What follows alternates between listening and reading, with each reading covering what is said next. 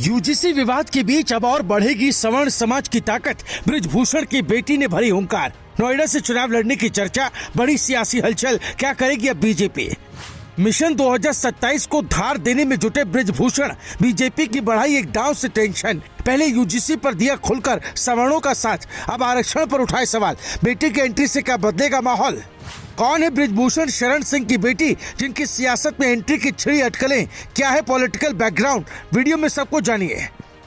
जो परिवार अब तक ताकत का प्रतीक था, वही नया चेहरा उतारने जा रहा है। और ये कहना गलत नहीं होगा कि उत्तर प्रदेश की राजनीति में एक और बड़ा मोड़ आने की आहट मिल चुकी है, क्योंकि बृजभूषण शरण सिंह अब सिर्फ खुद नहीं बल्कि अपने पूरे परिवार के साथ सियासत की नई पटकथा लिखते नजर आ रहे हैं। और इस पटकथा का नया चेहरा बन सकती है उनकी बेटी शालिनी सिंह, जिनकी एंट्री को सवर्ण समाज की नई ताकत के तौर पर देखा जा रहा है। दरअसल एक तरफ यूजीसी को लेकर सवर्ण समाज में बहस और नाराजगी का माहौल बना हुआ है, दूसरी तरफ आरक्षण व्यवस्था पर बृजभूषण शरण सिंह के बयान ने इस बहस को और तेज कर दिया है। उन्होंने साफ शब्दों में कहा कि मौजूदा व्यवस्था अपने उद्देश्य से भटक चुकी है और जरूरतमंदों तक लाभ नहीं पहुंच पा रहा।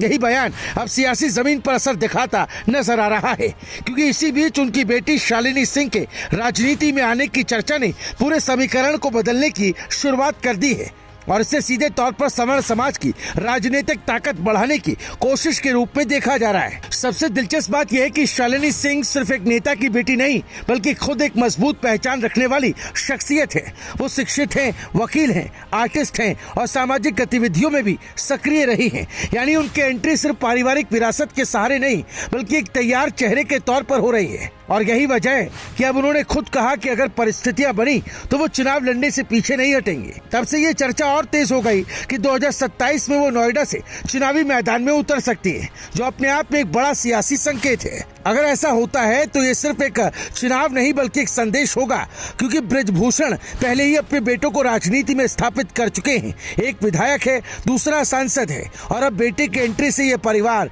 सियासत में और मजबूत होता नजर आ रहा है। ऐसे में सवाल उठता है कि क्या ये सिर्फ परिवार का विस्तार है या फिर इसके पीछे एक बड़ा सामाजिक समीकरण तैयार किया जा रहा है, खासकर सवर्ण वोट बैंक को एकजुट करने की रणनीति के तौर पर। क्योंकि जिस समय यूजीसी और आरक्षण जैसे मुद्दों पर बहस चल रही हो, उस समय एक नए चेहरे की एंट्री अपने आप में बड़ा संदेश देती है। इधर बीजेपी के लिए भी स्थिति आसान नहीं दिख रही, क्योंकि नोएडा सीट से पहले से ही पंकज सिंह जैसे मजबूत नेता मौजूद हैं। ऐसे में अगर शालिनी सिंह को मैदान में उतारा जाता है तो पार्टी के सामने संतुलन बनाने की चुनौती होगी। वहीं दूसरी ओर अगर उन्हें मौका नहीं मिलता तो ये भी एक बड़ा सियासी संकेत होगा, क्योंकि बृजभूषण का कद और उनका जनाधार किसी से छिपा नहीं। ऐसे में उनके परिवार की राजनीतिक भूमिका को नजरअंदाज करना भी आसान नहीं होगा।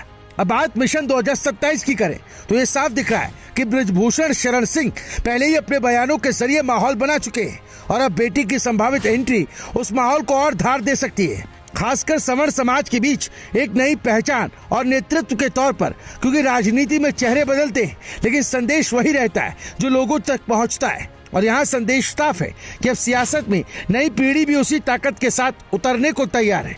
देखा जाए तो ये मामला सिर्फ एक परिवार तक सीमित नहीं रहने वाला, बल्कि इसका असर पूरे प्रदेश की राजनीति पर पड़ सकता है। क्योंकि जब सामाजिक मुद्दे और नए चेहरे एक साथ आते हैं तो चुनावी समीकरण तेजी से बदलते हैं। अब देखना यही होगा कि क्या शालिनी सिंह सच में चुनावी मैदान में उतरती है, और अगर उतरती है तो क्या ये कदम सवर्ण समाज की ताकत को एक नई दिशा देगा या फिर सियासत कोई और मोड़ ले लेगी।